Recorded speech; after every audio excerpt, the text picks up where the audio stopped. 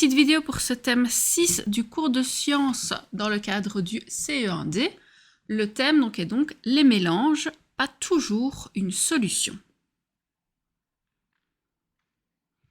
Pour rappel, lorsque l'on mélange un solvant, c'est-à-dire une substance qui peut dissoudre un corps avec un soluté, c'est-à-dire quelque chose qui peut être dissous, on crée une solution. Si nous avons créé un mélange, il peut être de deux sortes. Soit il peut être homogène.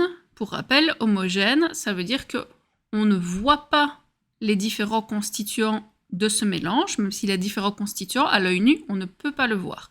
Donc nous verrons donc une seule et unique structure, texture, couleur, etc. Le mélange peut également être hétérogène. Hétérogène, ça veut dire que les différents constituants sont visibles à l'œil nu. On verra donc différentes textures, différentes couleurs, différentes couches, etc. Donc ce que l'on voit à l'œil nu, ce sont donc différentes choses, différentes couches, etc. Est-ce que la formation de ce mélange est quelque chose d'irréversible? C'est ce qu'on va voir tout de suite. Je crée mon mélange. Imaginons que je mélange de la boue avec des cailloux, du sable, des restes de végétaux, de l'huile, des déchets, etc. Mon mélange est donc hétérogène puisque je vais voir les différentes couches et les différentes couleurs. Si je veux récupérer certaines parties de ce mélange, que puis-je faire? Premièrement, je pourrais faire par exemple du tamisage. Je prends un tamis, comme utilisent les chercheurs d'or ou comme on utilisait à la plage quand on était petit. Et avec ça, je vais pouvoir retirer les gros déchets, comme par exemple les cailloux. Avec ce qu'il me reste comme mélange, je peux faire de la filtration. J'utilise un filtre, comme pour le café, et je passe mon mélange pour récupérer donc la partie liquide. Je vais pouvoir alors retirer les petits déchets, comme par exemple le sable, les grains de poussière, etc.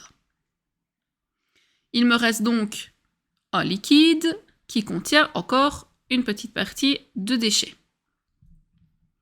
Je peux alors faire ce qu'on appelle une décantation. Ça veut dire que je vais laisser reposer mon mélange pour que les liquides ayant des densités différentes se séparent. Une fois qu'ils sont séparés, il y a deux possibilités. Je verse le liquide du dessus dans un autre récipient, ou si j'ai utilisé une ampoule à décantation, j'ouvre le robinet pour faire évacuer le premier liquide. Donc ici, ça nous permet donc de séparer des liquides de densités différentes. On peut accélérer le processus avec une ébullition, mais on verra ça surtout plus loin. On peut également utiliser de l'aimantation, à condition que le mélange contienne alors de petits éléments ferreux que l'on peut donc attirer avec un aimant. Une fois qu'on a retiré tous ces gros déchets, ces huiles, etc., il nous reste alors encore un mélange homogène. On n'a pas encore de l'eau pure, c'est toujours un mélange. Par exemple, de l'eau salée ou de l'eau avec un colorant, etc. Je peux alors dans un premier temps faire évaporer, donc soit de façon naturelle, soit par ébullition, donc mon mélange. L'eau va s'évaporer et je vais pouvoir récupérer le sel que mon mélange contenait.